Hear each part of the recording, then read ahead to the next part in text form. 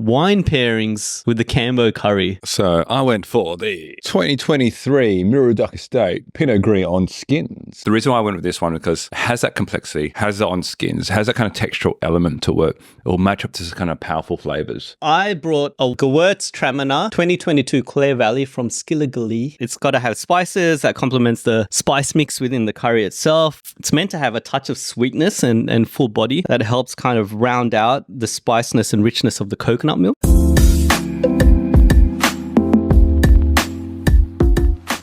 Today we're going to find out what wine pairs with Cambodian curry. I'm Jason. And I'm Trent, and we're here on an unapologetically unfiltered, unprofessional wine journey. We're saying here, Jace. Our saying is drink more, try more, learn more. And don't forget to like, comment, and subscribe. So today we're going to jump into wine pairings with Cambodian curry. I've had a lot of Cambo dishes recently, again, through family and friends. And what's distinctive about them is the funkiness. There's a bit of a smell to that, but it's not typically through these curry dishes. Through the curry dishes, they're actually similar in look to what you'd get from a Thai curry. So in there, you could see there's the chicken, there's the red paste that's coming through. They'll throw in some other vegetables. So they've got obviously potato, carrots, and beans, but they throw in eggplant as well. Ooh. And then as with the Thai curry, they throw in the coconut milk. And so that's kind of what brings it all together. The history behind it is really the Indians, they did some traveling, right? They went across Asia, got through Thailand, got through Cambodia, and brought their curry influence to the dishes that they're having. And so Cambodians, what they throw in is their own local flair, the galangal, some more fragrant herbs, and obviously the coconut milk influence that's coming through. So that's kind of the ingredients that's come through in these curry. And the difference between Thai curry and Cambodian curry is actually that this is a bit more sweeter, a bit more milder than your Thai curry. So it's not as spicy is what it's meant to be. And I'm looking at your face and I'm wondering if that's the case. Now, I do have to thank our good friend Bandel. Bandel's mum actually prepared this for us. She's an official Cambodian, so this is what the flavor should taste like. What's an official Cambodian? It's probably just someone that's Cambodian, but it's given it some formality around it. So you're having it. Are there any key things that you're picking out from the curry itself? It's absolutely delicious. Nice. Bandel's mum, well done. You're having it with some bread. Yeah. I've got it with a bit of rice. The things that stand out to me is that kind of fragrance that comes through. It's very fragrant type of curry. It's not that kind of. I find it's not like a green curry is a bit more. It's less fragrant, like the lemongrass, the galangal, maybe the ginger. It's a lot more aromatic. I find this one with the Cambodian curry. Yep. So I never had it before, but I kind of went with a gut feel on what I got paired with it. But I'm interested to see how I do. Let's go to wine pairings. And so I brought a wine that's always hard to pronounce. It's a Gewurztraminer 2022 Clare Valley from Skillogalee. In Skillogalee, we heard quite a lot of while we visited Clare Valley. Yeah. And we also got to meet them at the Good Food and Wine Show. Now, the reason why I chose a Gewurztraminer, so it's meant to be, it's got to have spices that complements the spice mix within the curry itself. It's meant to have a touch of sweetness and full body that helps kind of round out the spiciness and richness of the coconut milk and also complements the bold flavors of the curry. Clare Valley, love everything from Clare, so I thought let's give this a crack. Again, because Skillogalee's been mentioned a few times, we thought this looks like, to me, this read like it's a classic Gewurz flavor. You've had a taste. What are you getting? I feel like having the Gewurz with the curry, it actually brings out a lot of the spice in it. What's the alcohol on it? It is 13.5. 13.5, yeah. So it really brings out that spice in it. It has that textural component. The tannins, even though for white, it dries out my mouth a bit. Which I don't know. That's really strange because white wines don't really have on Why is it drying it out? But it's kind of, why is it drying it out? That's strange, but it still has this kind of, the kind of cooked pineapple, sweet and sour pork coming through, but doesn't match with the Cambo curry, kind of, Yeah. but it's not mind-blowing. I think the spices work well together. I was thinking it would be a touch sweeter, but I get it. I don't think they fight each other. I do think they work well together. I don't think it's mind blowing. It makes it spicier though, right? I know. Is that why you were asking about the alcohol content?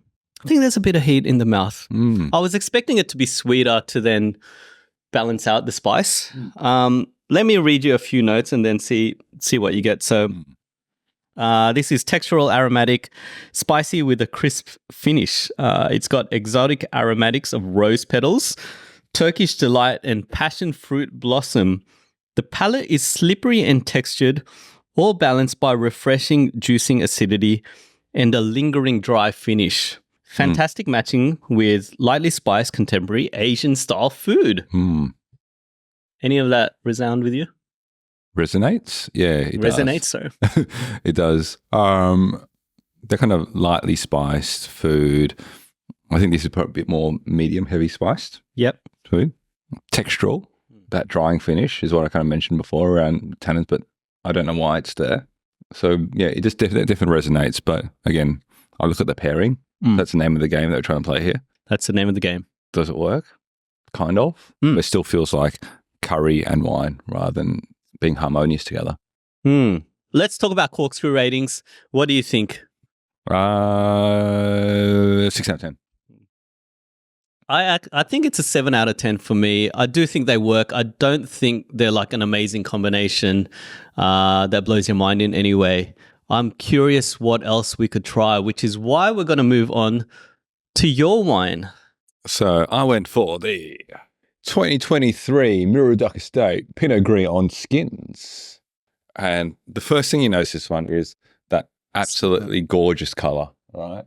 I say it looks like watermelon sugar, kind of like strawberries, looks like summer in a glass, but does it smell like summer in a glass? Does it taste like summer in a glass? I don't think it does.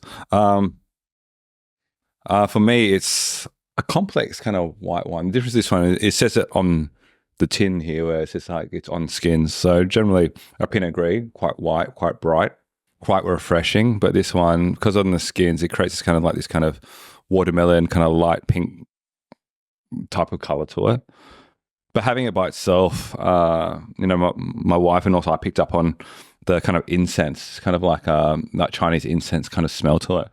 But then I kind of picked up this kind of, we call it in Chinese kind of wamoi, which is like this kind of preserved plum coming through on the smell. But then on the palate, it's this kind of like crunchy acidity, aromatic red peppers, and also this kind of like kind of cooked rhubarb smell. Yep. And I thought the reason why I went with this one because it has that complexity, has it on skins, has that kind of textural element to it. It will match up to this kind of powerful flavors, which is what happened today in this Cambodian curry.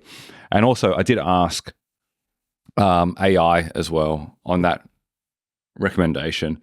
And the AI went for today is Microsoft Copilot, and AI is getting better and better. And the ones that they recommended was around Riesling, Gewurztraminer, Chenin Blanc, and also Pinot Gris. But also said if you're feeling adventurous, you also go for Pinot Noir as well. So this is a Pinot Gris made in a kind of red wine Pinot Noir fashion, so kind of the best of both worlds. So I thought I'd definitely win. Bit about this one, the 2023 Moorooduc Estate, made by the McIntyre family, Kate McIntyre, MW, Master of Wine, said that it copes with spice and great with food. So it coats with spice, Cambodian curry, great with food, tick. It spent 2 weeks on skins before being pressed to barrel, underwent malolactic fermentation, hang out for 10 weeks on lees. Again, it's made like a Pinot Noir as opposed to a traditional Pinot Gris, Pinot Grigio. Results in a wine that's a more red than white, fuller bodied than most rosé wines with serious tannin and weight. So when I kind of read through that, I thought it'll be a perfect match for this kind of deep, complex flavors from the Cambodian curry. You're having it now. Have you had it with curry? I have. I've been switching between the two as you've been talking. Thanks for giving me the opportunity to try. Firstly, I got to say, this rosé is delicious, and we had this in Newport Phillips. And we were by the beach, and at the time we were having it in like a plastic cup or something. We didn't have anything else, but having it here now, wow, this is a delicious wine, and the bouquet is so good. Kind of that meatiness and florals that are coming through. So I really love this rosé. I think it's fantastic. In terms of the pairing between the two, what got me is actually right at the end, which is the heat. For some reason, for me, the rosé heat is a bit more pronounced right on the finish. And I went back and tried it against the Gewurz. I think it's because the Gewurz has kind of got that lychee fruitiness that's kind of helping to balance this out, I think. But there's just something about the heat right at the end. I think it's more pronounced with this rosé. Again, it's just like personal preference. This is definitely deeper, more complex as a pairing. I feel it kind of works for me. You know, you can either go for the white, you can either go for the red.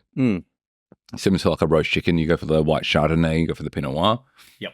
It kind of goes with it. I think both works. Do they amplify the flavors? Maybe because of personal preferences, I prefer the Moorooduc just by a smidgen.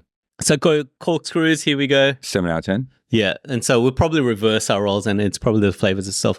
For me, I'm giving the rosé a 6 in terms of pairing. The wine itself, fantastic.